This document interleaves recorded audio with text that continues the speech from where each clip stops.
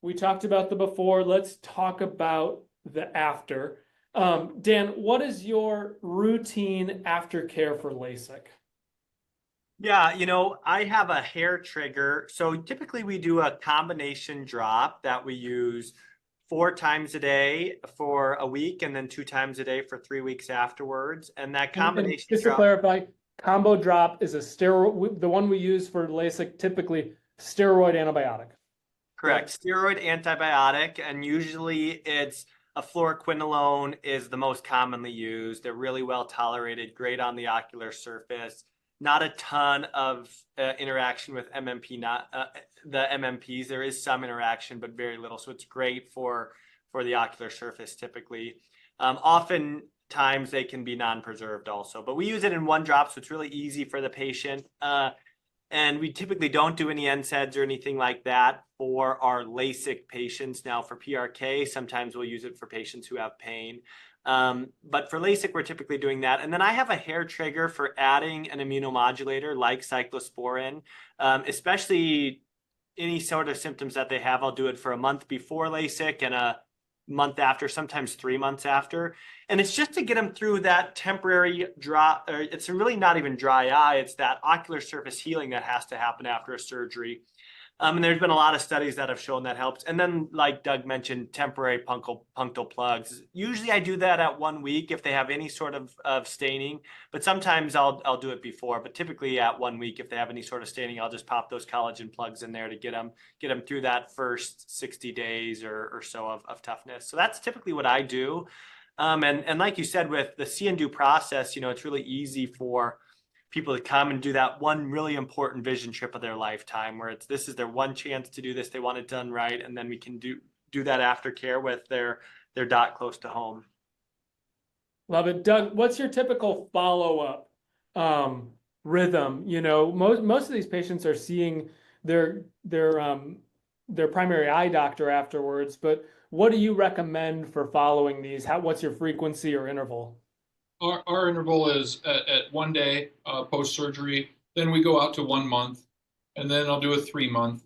And then at the 3 month, I'll just have the discussion with the patient, depending on how they're doing. I'll say, I want to see you one more time, whether that would be a 6 month check or whether you want to just move it all the way to a year. And that's kind of what I tell the docs that we work with out there. You can be the judge if you want to push that 3 month out to your just annual eye exam if you want to.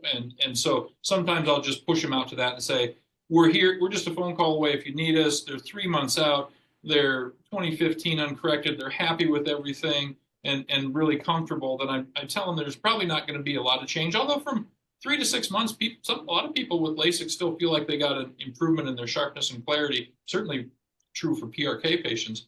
And so they may get a little bit sharper and clearer. And maybe they might say, well, can I just come back at 6 months just to check and make sure everything's fine? I'm completely fine with that. And then move it out to the full year. We used to do a week check, and we kind of let that go. The week checks were really not doing a whole lot for the patients. We give them really, really good instructions. And when they're with their co-managing doc out there, they've got really good instructions. They've got the access, so they know if there's anything that they're concerned about, what to look for, then give us a call or their co-managing doc, and they can see them at a week if they need to. But generally, that gives them a chance to get off those medicated drops and kind of settle in and recover by the next time we're seeing them. And then we can really help them with, okay, here's what's going to happen over the next several months. Yeah, it's interesting, Doug. We did a big study here looking at topo-guided LASIK, and when you look at the FDA data from 3 months to a year, there was statistically significant improvement in those patients' vision with topo-guided LASIK. Is that cornea regularizes and the epithelium then regularizes back to what it should be after you've taken care of any irregularity. So it is really surprisingly not that uncommon for people to get better from 3 months on, even if they're not really happy. And that's why, being a little bit of patient on an enhancement and not rushing into it. Is sometimes a good idea, especially if they've got minimal refraction and are just really saying, it's just not as quite as sharp as I would like. So, and I guess the last thing I'll throw in there on these follow-ups, because most of them are being done out in the community. The ones that aren't being done out in the community are our research patients, because if we have a research trial going on, which we frequently do a lot of, Vance himself was involved with the initial laser trials for PRK and LASIK. Doug, you too. And so, typically when a laser gets FDA approved in this country, we're one of the sites that's running the trial. Same with ICL or implantable lenses as well. Those follow-ups are being done in-house because how the FDA works is they have to have a site monitor and they have to actually come and sign off on all of the equipment.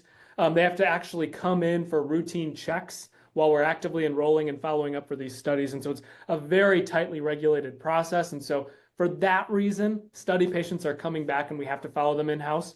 But some of the protocols have relaxed a little bit. That's one of some of the earlier clinical trials. It was all had to be done at the research center that did the procedure, but some of the clinical trials allow for the co-managing doc to do some of those visits, and then the research has to follow them at certain intervals. So sometimes the co-managing doc gets to get involved in those research protocols too, and kind of seeing where their patient was randomized to and stuff like that, which is kind of fun. So for them to see.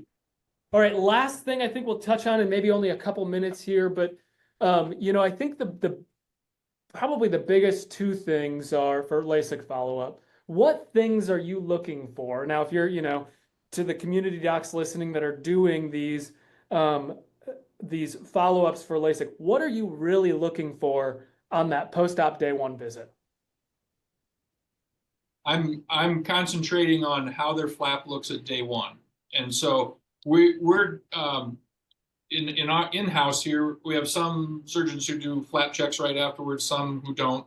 But that 1 day visit is to make sure that the flap is where it should be, that there's no excessive inflammation. There's no, the femtosecond laser, when it makes the flap, also makes a little vent superior to let some of the gas bubbles that the laser creates out.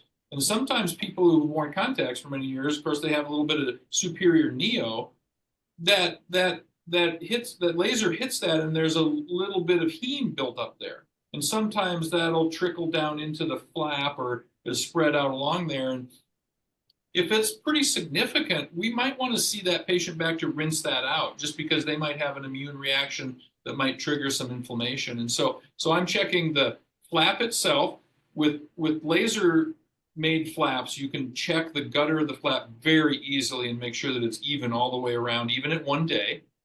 And you can look at the interface of the flap and you can see if it's clear, it's smooth, you can see any microstria or irregularities that are there. And then make sure that what you're seeing in the slit lamp matches with what your patient is saying and what they're measuring on the chart, okay? And then if all of that is looking good, then you're okay to let them go for probably 3 weeks until you see them again, and make sure they're following their instructions. So that's really what I'm concentrating on day one. I love that. Yeah, the things I'm rinsing out on day one, because I would say like the big thing is to decide if you're going to do something differently. And so I think there's two things I will potentially do differently.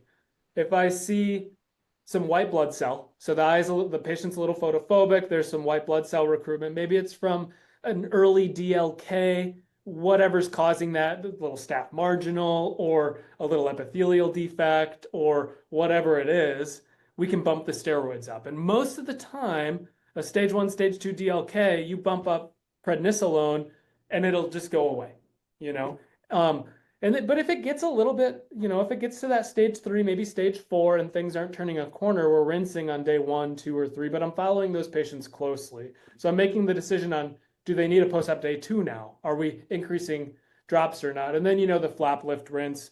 If there's, if a fiber snuck under the flap, red blood cells, I'm often not rinsing out, assuming it's not causing a DLK. Also, if it's not in the visual, if they're 20/50 from a little bit of heme that snuck into the vision, it's pretty easy for me just to rinse that flap out and get them better vision right away. It probably fades. It will fade with time. But I'm often rinsing those just so those patients are happier quicker. I'm not rinsing any mybum. Mybum gets under the flap, not uncommonly. That's not visually significant. It usually doesn't cause any inflammation. And so, so that's one thing I'm doing. The other thing I think on the follow-up is we're deciding for a fine tune. Dan, what's your decision, post-op day 1, post-op week 1. When are you pulling the trigger on potentially doing a fine tune? Yeah, kind of like we talked about earlier, it's not until 3 months. Yeah. I want their cornea to, and preferably later, but like 3 months at the earliest, because I really want to have that cornea regularized. Their dryness should mostly be gone by then. And so I am waiting for things to regularize. I want to repeat epi mapping. Hey, did they just have a bunch of hyperplasia of the epi, and is that going to settle back down? What's happening with that? And so I think you can easily lift a flap within the first year for a fine tune. Going out past a year, it gets still very doable. But, if I'm going to fine tune someone, it's usually in the 9 to 12 months after surgery is kind of that time period. I think is kind of a nice sweet spot where their refraction's stable. It hasn't been too long that the lift flap should go pretty smoothly. Yeah, and I generally talking about it at the 3-month visit. Yep. We call our patients at that 90 to 100 days. How are they seeing and all of that? We get them in for an eval if they feel like they aren't seeing as good as they'd like to. And I'm usually measuring. And if it's a plus a quarter minus a half refraction, we're kind of, talking about, hey, we don't want to chase our tail with the laser. Let's see if we can optimize the surface a little bit. If they're sitting at, if they have a little bit of surprise astigmatism or anything like that, then I'm really saying, okay, let's schedule a see and do. Let's cycloplegia today. Let's schedule a see and do in a month from now. And if the refraction's stable, we'll pull the trigger. If it's changed a little bit, maybe we pause again. And so that's kind of my routine. But yeah, I agree.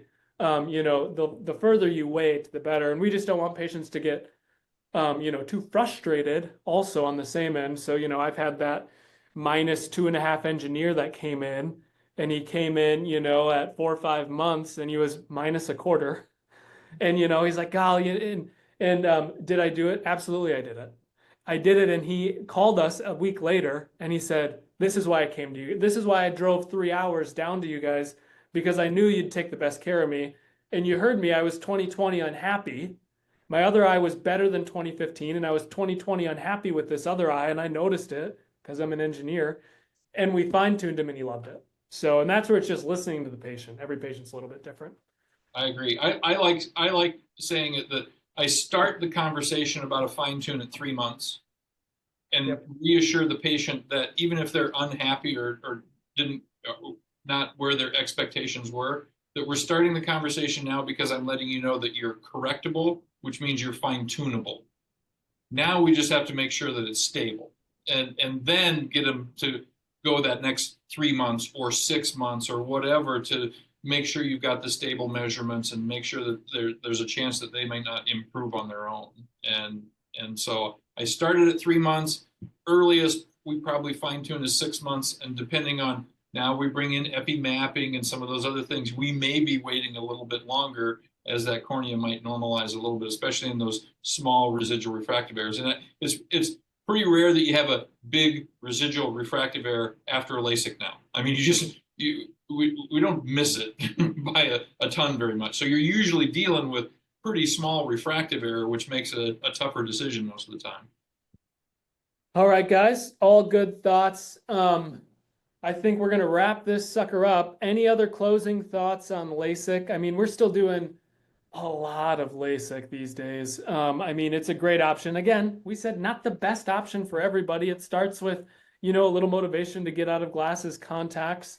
But any other closing thoughts on LASIK? I think LASIK's in probably the best space it's ever been in the last 30 years. And the reason is because all of the other technologies have allowed us to not have to push LASIK.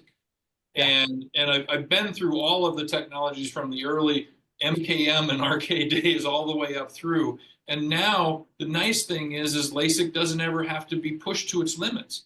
You can settle in with LASIK and PRK in these wonderful patients that are moderate myopes and hyperopes and astigmats, and you just get these wonderful results. And then anybody that falls outside that range, look at all this cool technology we got that can correct them and not have to push them.